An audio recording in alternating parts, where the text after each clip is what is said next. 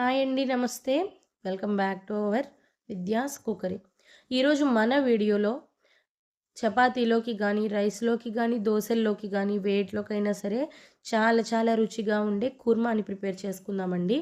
దోసల్లోకి చట్నీ కాకుండా ఒక్కసారి కుర్మాతో ట్రై చేయండి.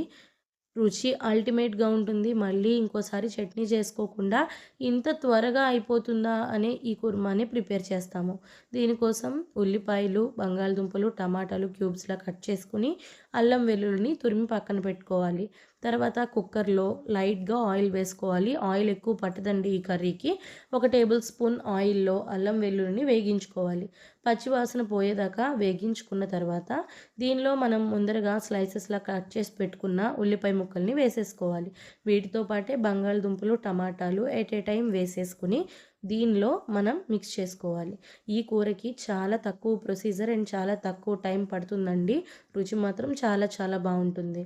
కొద్దిగా ఉప్పు రుచికి సరిపడా, ఒక టేబుల్ స్పూన్ ధనియాలు, జీలకర్ర కలిపి గ్రైండ్ చేసిన పౌడర్, మన రుచికి తగ్గ కారం, కొద్దిగా పసుపు వేసేసుకొని ఇదంతా బాగా మిక్స్ అయ్యేలాగా ఒకసారి మిక్స్ చేసుకోవాలి.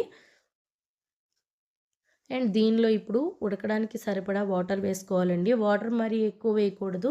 జస్ట్ ఒక హాఫ్ గ్లాస్, చిన్న గ్లాస్‌తో హాఫ్ గ్లాస్ వాటర్ సరిపోతుంది. టమాటాలు నీరు వస్తాయి కాబట్టి హాఫ్ గ్లాస్ వాటర్ వేసి ఒక 3 విజిల్స్ దాకా ఉడికించుకుంటే మనకి కూర కుక్ అయిపోతుందండి. దీనిలోకి ఏ రకమైన గ్రేవీలు గానీ ది అవసరం లేకుండానే మనకి ఈ కూర చాలా మంచి కన్సిస్టెన్సీలో చాలా మంచి టేస్ట్‌తో ప్రిపేర్ అయిపోతుంది.